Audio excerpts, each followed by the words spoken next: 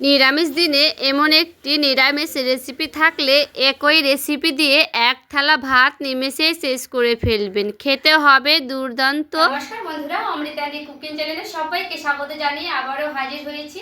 তো যে সকল বন্ধুরা ইউটিউব চ্যানেল থেকে দেখছেন তারা প্লিজ চ্যানেলটাকে সাবস্ক্রাইব করে আমার পাশে থাকবেন, আর যারা ফেসবুক থেকে দেখছেন তারা পেজটাকে ফলো করে রাখবেন।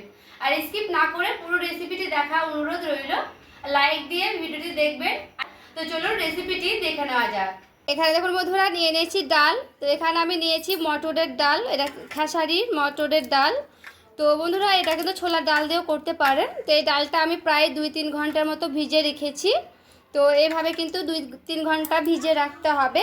এখানে একটা মিক্সিং বোল নিয়ে নিয়েছি, এরপরে জল ছেঁকে ছেঁকে দিয়ে দিচ্ছি সেই ডালগুলোকে একটা মিক্সি বাটিতে। দেখুন নিয়েছি 2টো কাঁচা লঙ্কা, আর নিচ্ছি 2 টুকরো আদা। এরপরে এগুলোকে খুব ভালো করে একটা মিহি পেস্ট করে নেব। আর এখানে দেখুন খুব ভালো করে একটা পেস্ট করে নিয়েছি। তো এখানে কিন্তু খুবই মিহি পেস্ট করতে হবে না, এরকম দানা দানা থাকবে, এরকমই কিন্তু করে নিতে হবে। তো আমার লঙ্কাটা কিন্তু একেবারে মিহি হয়নি। তো দেখুন এইভাবে কিন্তু আমি একটা বাটিতে উঠিয়ে নিলাম। তো বাটিতে কিন্তু আমার উঠিয়ে নিতে হবে। তো সে মিক্সি বাটির মুখে কিন্তু অনেকগুলো লেগেছিল, সেইগুলো কিন্তু আমি উঠিয়ে নিলাম।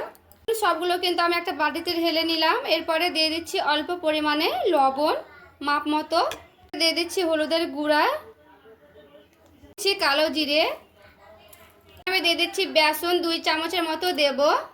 খুব ভালো মতো করে দেখুন হাত দিয়ে আমি এভাবে মাখিয়ে নিচ্ছি।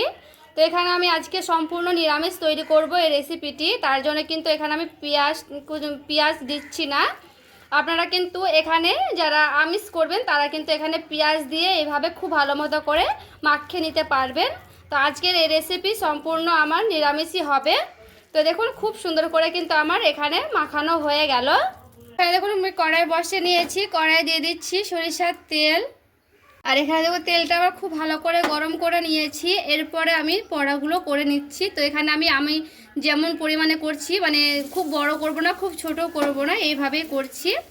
তো দেখুন সবগুলো বড়া আমি কিন্তু এইভাবে করে নিচ্ছি, গোল গোল করে নিচ্ছি। এরপরে এইভাবে একটু চ্যাপটা করে নিয়ে তারপরে করে নিচ্ছি।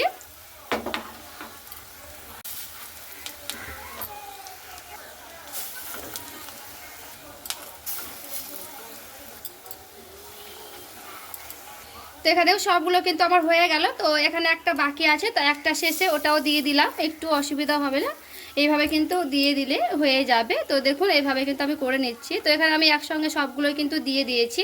পিঠটা আমি খুব সুন্দর করে হালকা আছে, মানে গ্যাস কমিয়ে কিন্তু আমি করে নেব। তো এইভাবে একটু ভালো করে তেলটা আমি ঘুরিয়ে ঘুরিয়ে নিচ্ছি, কারণ চারিদিকে যেন আমার ভালো মতো করে লেগে তেলগুলো যেন ছড়িয়ে ছড়িয়ে যায়, তার জন্য।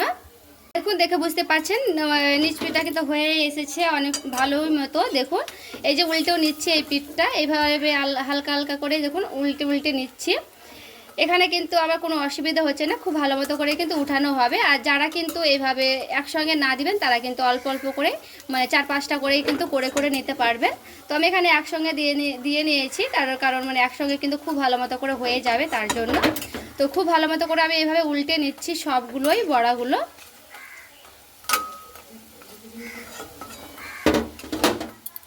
দেখো সবগুলো কিন্তু আমি খুব ভালো মতো করে উল্টে নিয়েছি। এই পিঠটা আমি খুব ভালো মতো করে গ্যাসের আঁচ কমিয়ে কমিয়ে কিন্তু ভেজে নেব।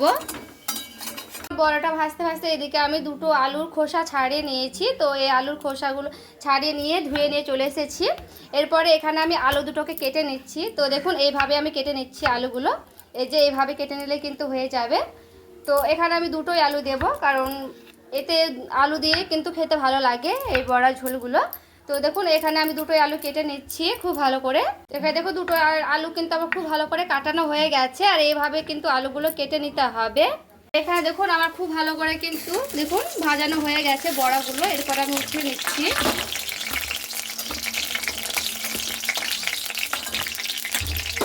দেখুন তেল কিন্তু রয়ে গেছে কড়াইয়ে, কেটে রাখা আলুগুলো আমি দিয়ে দিচ্ছি। এখানে আমি আলুগুলো খুব সুন্দর লাল লাল করে কিন্তু ভেজে নেব।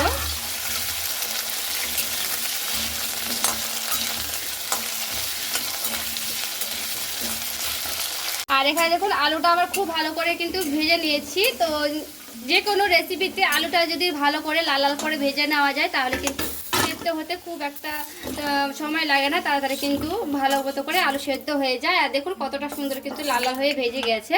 একটা বাটি নিয়ে নিয়েছি, তো রোজকার মশলা বন্ধুরা নিয়েছি কটা আদা টুকরো, নিয়েছি কাঁচা লঙ্কা, আর এখানে দিয়ে দিচ্ছি টমেটো একটা গোটা আমি কেটে নিয়েছি 3-4 পিস করেছি, সাদা জিরে মানে গোটা জিরে, দিয়ে দিচ্ছি জল, জল দিয়ে খুব সুন্দর করে একটা মিহি পেস্ট করে নেব। দিয়ে দিচ্ছি কড়াই অল্প পরিমাণে তেল, উপরে ফুড়ুং। এরপরে যে মশলাটা আমি দেখুন বাটিতে ঢেলে নিয়েছিলাম এরপরে দিয়ে দিচ্ছি।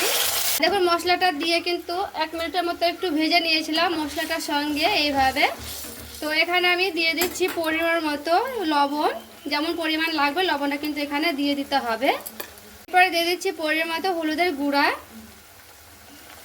এরপরে হলুদের গুঁড়োটাকে দিয়ে খুব ভালো মতো করে নাড়াচাড়া করে নিচ্ছি।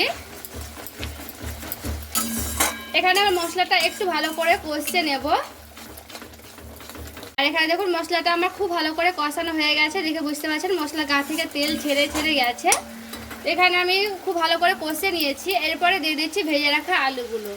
এরপরে আলুটার সঙ্গে খুব ভালো করে মশলাটার সঙ্গে এইভাবে আমি আবার নাড়াচাড়া করে দিচ্ছি। তো এখানে আমি মশলাটার সঙ্গে আলুটার সঙ্গে খুব ভালো করে আবারও কষতে নেব প্রায় 5 মিনিটের মতো। এখানে আমি দিয়ে দিচ্ছি ঢাকা, আমি ঢাকাটা উঠিয়ে নিচ্ছি। আর এখানে দেখুন কত সুন্দর কিন্তু কষানো হয়েছে, মশলা থেকে কিন্তু তেলগুলো ছেড়ে গেছে। তবুও কিন্তু এখানে আমি আরও প্রায় 2-3 মিনিট একটু কষিয়ে নেব। মশলাটা যত ভালো করে কষানো হবে তত কিন্তু এই রেসিপিটি খেতে দারুণ লাগবে। এখানে যেহেতু নিরামিষ রেসিপি, একটু ভালো করে জমিয়ে কষে না রান্না করলে কিন্তু খেতে ভালো লাগবে না। তো এই রেসিপিটি কিন্তু খেতেও খুবই ভালো লাগে। তো এখানে আমি দেখুন আরও কিন্তু 2-1 মিনিট খুব ভালো করে কষতে নেব। আর এখানে দেখুন দেখে বুঝতে পারছেন মশলাটা আমি খুব ভালো করে কষে নিয়েছি। দেখুন কড়াই গায়ে কিন্তু এইভাবে লেগে যাচ্ছে, তাহলে কিন্তু বোঝা যাচ্ছে যে আমার মশলাটা খুব ভালো করে কষানো হয়ে গেছে। এখানে আমার কাঁচা গন্ধটা কিন্তু চলে গেছে মশলা থেকে। তো এখানে আমি দিয়ে দিচ্ছি পরিমাণ মতো জল, যেমন পরিমাণে লাগবে জলটা কিন্তু দিয়ে দিতে হবে। এখানে আবার একটু জলটা বেশি লাগবে কারণ আলুগুলো সেদ্ধ হবে, আর সেই বড়াগুলো কিন্তু আমি দিয়ে জলে যখন দেব তখন কিন্তু ফুলে এই ঝোলগুলো একেবারে শুকনো হয়ে যাবে, তার জন্য। তো এখানে আমি খুব ভালো করে ফুটিয়ে নিচ্ছি, আলুগুলোকে খুব ভালো করে সেদ্ধ করে নিচ্ছি। আর এখানে দেখুন বন্ধুরা খুব ভালো করে কিন্তু আমি ফুটিয়ে নিয়েছি, আর দেখুন খুব সুন্দর করে কিন্তু ফুটে গেছে। আর আলুগুলো দেখবো সেদ্ধ হয়েছে কিনা। এখানে পারফেক্টভাবে কিন্তু আলুগুলো সেদ্ধ করে নিতে হবে আগেই। দেখুন আলুগুলো কিন্তু খুব সুন্দর সেদ্ধ হয়ে গেছে, আমি ভেঙেও দেখালাম। এরপরে যে বড়াগুলো আমি আগে থেকে করে রেখেছিলাম এরপরে দিয়ে দিচ্ছি। এখানে আমি সবগুলোই কিন্তু দিয়ে দেব বড়া। এরপরে সবগুলো দিয়ে হালকা করে এইভাবে একটু নাড়াচাড়া করে নিচ্ছি। এরপরে 2-1 মিনিটের মতো একটু ফুটিয়ে নেব। এটা গ্যাসের আঁচ মানে মিডিয়ামে মাঝামাঝিতে রেখে একটু ফুটিয়ে নিতে হবে, যেন বড়াগুলোর ভেতরে যেন জলগুলো মানে ঝোলগুলো ঢুকে, তার জন্য। তো এখানে আমি খুব ভালো মতো করে একটু ফুটিয়ে নেব।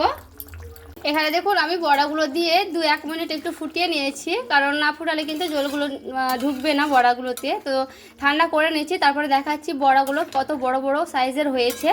তো চলুন এইগুলোকে এবার আমি নামিয়ে নিচ্ছি একটা বাটিতে। এরপরে দেখুন বন্ধুরা রেডি করে নিয়ে চলে এসেছি। দেখুন দেখতে কতটা সুন্দর লাগছে, আর কালারটা দেখুন কি সুন্দর এসেছে, তাই না? দেখতেও কিন্তু দারুণ হয়েছে, আর খেতেও কিন্তু দারুণ লাগে এই রেসিপিগুলো। নিরামিষ দিনে কি রান্না করবেন ভাবছেন, তো এইভাবে ডাল যদি থাকে ঘরে তাহলে কিন্তু আপনি অনায়াসে তৈরি করে নিতে পারবেন। আর এই দিয়ে কিন্তু 1 থালা ভাত নিমেষে শেষ করে ফেলবেন, খেতে এতটাই মানে দারুণ লাগে। তো এইভাবে কিন্তু একবার হলেও বাড়িতে ট্রাই করে দেখবেন, কেমন হয়েছে অবশ্যই আমাকে কমেন্ট করে জানাবেন। আর আজকের এই রেসিপি ভালো লেগে থাকলে লাইক কমেন্ট শেয়ার করে দিবেন। তো সবাই ভালো থাকবেন, সুস্থ থাকবেন, দেখা হচ্ছে আরও একটি রেসিপির সঙ্গে।